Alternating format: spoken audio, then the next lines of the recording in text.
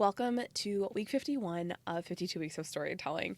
I can't believe we're almost at the end. Just have to say that right now. Today's prompt is your favorite baking memory. I cannot wait to share these memories with you. There are so many, so it's been really hard to choose one, which hasn't always been the case throughout this video series. But first, I want to tell you what 52 Weeks of Storytelling is. 52 Weeks of Storytelling is a video series that ran for forever, for 52 weeks, and you'll find all sorts of different prompts and different ways to tell one page of your story. So the idea being you can come back and watch each video, write a page of your story, work with someone you love, use this as a care in a care facility or as an activity staff person, as a volunteer. Think of these as an opportunity to connect with others and help them share their stories. In addition to the videos, there's a companion journal. You can get it as a printed version on Amazon. If you need a bulk order, please reach out to me and I will help you with that. There is also a PDF printable option, and that you can find on Etsy. All of those links and all of those things are in the description of the video. So with that, I want to share just a super small amount about the legacy storytelling method. So what you'll find in the journals and throughout the videos is a nods and a talking about the legacy storytelling method, which is a method I came up with to help people tell their stories in a pretty easy format. So it gives you an opportunity to outline. It helps with, it starts you off with interview questions essentially, and it really gives people a chance to outline their story in a constructive way and in a way that allows them to reflect without digging too hard. So you can find a link to that also in the description. There's an explainer video that'll go more into it and give you some more instruction. So I want to jump into the weekly writing prompt. So this is baking. So favorite baking memory. When we think about baking, for most families, I'm going to say many families, the kitchen is where the magic happens. It's where the magic happens for friends. We have an opportunity to work together. It's like a group project that tastes good at the end.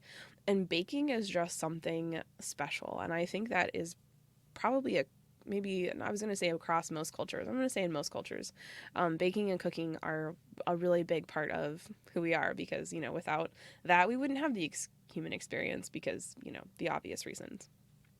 So baking moments and memories. When you're thinking about how to share these stories and how to write about these stories, remember that there are multiple timelines. So there's the timeline of the actual moment where you actually did the baking thing, but there's also potentially a timeline and a story behind the recipe itself, the person who baked with you, the reason why you were baking. Those are all different story arcs and timelines and different things that you can write about. So one baking memory can be a multitude of pages and a multitude of stories. So I just wanted to throw that out for you, that while you're thinking about these things, write notes down about the different things you want to ask your mom or your dad or your grandparents or the auntie who shared their favorite cookie recipe with you from their grandmother or something. So those are things to think about. The story example I want to share with you. So pies. My mom loves baking pies. She's really good at it.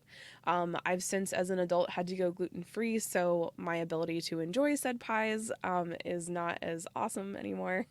But what I loved growing up was that just to see my mom get really excited about baking cookies, and especially baking pies. And she was always really proud of, and is really proud of, baking pies and those things.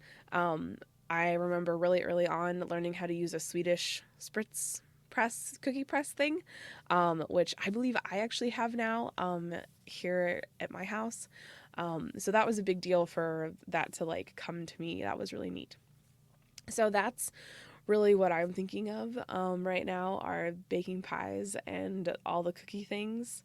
And I have a friend who is helping me fall back in love with baking and eating baked goods because they're baking gluten-free things.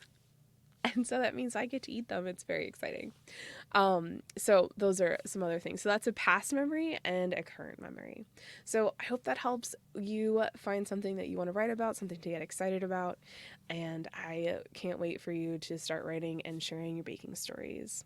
As always, I hope you have an incredibly wonderful day. And until we talk again, happy writing.